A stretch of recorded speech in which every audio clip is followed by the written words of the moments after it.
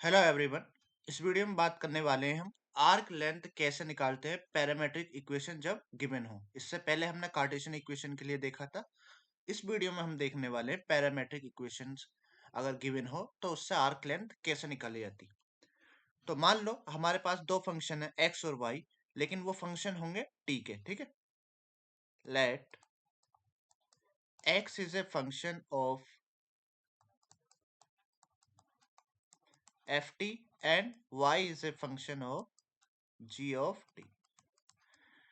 तो अगर हमें इनसे आर्क लेंथ निकालने को पूछ गया, ठीक है, तो हम निकाल सकते हैं। जो आर्क लेंथ हो जाएगी, और यहाँ पे जो टी है, टी की वैल्यू मान लिए हमसे पूछ रहा है वो दो पॉइंट है ए से लेके बीच तक पूछी गई है। ठीक है, कभी कभी ये गिवन होगी, कभी अगर नहीं गिवन है तो ग्राफ ड्रॉ करेंगे। तो ग्राफ ड्रॉ करके वहां से इसकी हेल्प से, ग्राफ की हेल्प से हम क्या करेंगे, लिमिट फाइंड कर लेंगे।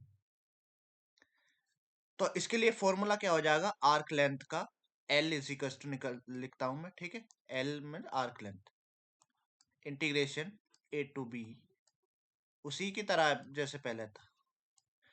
अब यहाँ पे क्या आ जाएगा, D x upon D T, यानी डेरिवेटिव फाइंड करेंगे और स्क्वायर कर देंगे दोनों का। D Y upon D T का स्क्वायर, बाहर क्या आएगा जो डिनोमिनेटर में होता है, यानी डी टी। ये हो जाएगी आर्क लेंथ का फॉर्मूला पैरामेट्रिक इक्वेशन के लिए। ठीक है, तो इसी पे बेस्ड क्वेश्चन करेंगे। देखो सबसे पहले तो d x upon D t, t y upon D t निकालना पड़ेगा। ठीक है, उसके बाद स्क्वायर करके उनको ऐड कर देंगे। यहाँ से देखो आर्क लेंथ पूछ गई है, एक्स ये गिवन है। ठीक है, देखो एक्स फंक्शन है इसका, टी का वाई फंक्शन है टी का। ठीक है, और टी जो 0 से 2 के बीच में हमसे पूछा गया है।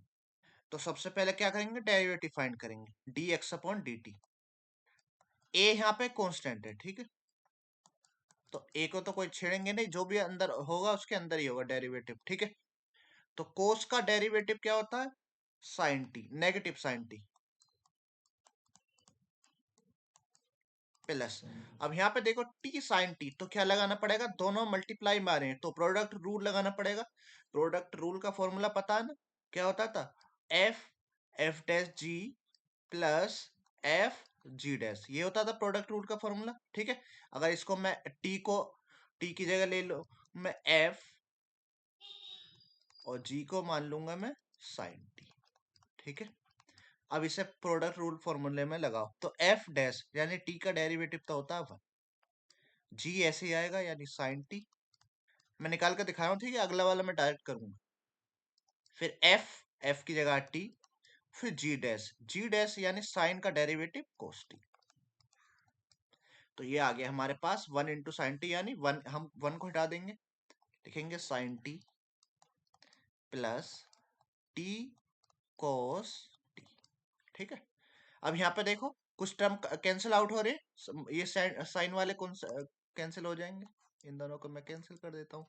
तो हमारे पास जो बचा उसको मैं यहाँ पे लिख देता हूँ, क्या बचा, ए, अब ब्रैकेट हटा हटा सकते हैं क्योंकि एक ही टर्म बचा अंदर, ए टी कोस टी। ठीक है, इसको आगे देखो, फिर d Y upon D t निकालेंगे ऐसे ही, इसी तरीके से निकालना। ठीक है, बीच में बस एक नेगेटिव साइन है उसका ध्यान देना। तो यहाँ पे देखो साइन का डेरिवेटिव होता है कोस, और ये बीच में माइनस है, इसका ख्याल रखना बस। अब देखो मैं इसी फॉर्मूले के हिसाब से लगा रहा हूँ, एफ इस बार मैं टी लूंगा और जी को लूंगा मैं कोस। ठीक है, तो एफ को लूंगा मैं क्या, टी, और जी को लूंगा मैं कोस टी। फिर फाइंड करेंगे एफ डैश, यानी वन आ जाएगा, और जी डैश आ जाएगा कोस डेरिवेटिव नेगेटिव साइन टी। ठीक है, इसे फॉर्मूले में लगा दो, ये जो फॉर्मूला हमारे पास, ये फॉर्मूला इसमें लगा दो, एफ डैश यानी one into g dash negative sine t plus, फिर क्या है, एफ, एफ की जगह टी, और देन जी डैश, सॉरी उसके बाद है जी डैश, मैंने गलत लगा दिया क्या, एफ डैश, पहले एफ डैश लिया, ठीक है, बना गया, उसके बाद लेना था मुझे जी, अरे यहाँ पे मिस्टेक हो गई, पहले एफ डैश यानी वन, उसके बाद लेना मुझे जी यानी कोस टी आएगा। और एफ की जगह है टी और जी डैश की जगह है नेगेटिव साइन टी। यानी ये आ गया। यहाँ पे देखो एक माइनस है, माइनस आए तो उस चीज को हमेशा ब्रैकेट में लिखते हैं, ठीक है, नहीं तो यहीं पे देखो मिस्टेक हुई होगी किसी कई सारे लोगों से, ठीक है। इसको मैं लिख रहा हूं अब, ये आ गया कोस टी, नेगेटिव आ जाएगा, ठीक है, ये माइनस साइन बाहर लिख सकता हूं मैं, टी साइन टी, ठीक है। पहले इसको सिंप्लीफाई कर लेते हैं, नेगेटिव को अंदर मल्टीप्लाई कर दो यहाँ पे और यहाँ पे, ये आ जाएगा cos t minus cos t, दो नेगेटिव एक साथ पॉजिटिव बनाते हैं, तो यहाँ पे कौन कैंसिल होगा, ध्यान से देखो, यहाँ पे होंगे कोस कैंसिल, तो यहाँ से आ गया ए टी साइन टी। तो हमारे पास दोनों डेरिवेटिव आ चुके हैं। अब हम आर्क लेंथ निकाल सकते हैं, ठीक है, टी 0 से 2 के बीच में। पहले मैं आर्क लेंथ फॉर्मूला लिखेंगे हमेशा, ठीक है। तो आर्क लेंथ फॉर्मूला पैरामीट्रिक के लिए क्या था, a to b under the root d x upon D T का होल स्क्वायर,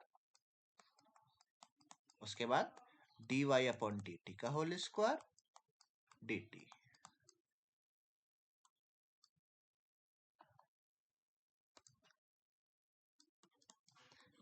ए है 0, ठीक है, और बी हो जाएगा 2। लिमिट जो 0 से 2 है ना टी की, यहाँ पे ध्यान से देखो, 0 से 2 यानी ए 0 बी 2 है। D x upon D t आया ए टी कोस टी, ठीक है, इसका स्क्वायर करना हमें, under the root d x upon D t आया ए टी कोस टी, तो इससे होल स्क्वायर करेंगे, और d Y upon D t आया a t sine t, a t sine T.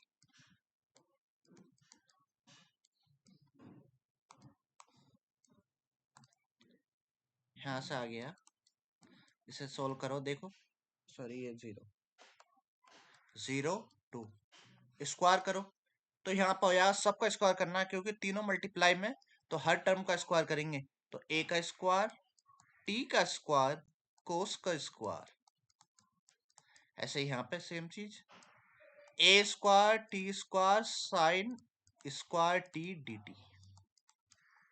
यहाँ पर देखो ए स्क्वायर टी स्क्वायर सब में कॉमन है, तो उससे मैं बाहर ले लेता हूँ, 0 to 2 A square t square को बाहर ले लेते हैं, बचेगा क्या, cos square T plus sign square T. अरे ये तो आइडेंटिटी होती है, Pythagorean identity, cos square T plus sign square T तो 1 होता है। तो हमारे पास कितना बचा है यहाँ से,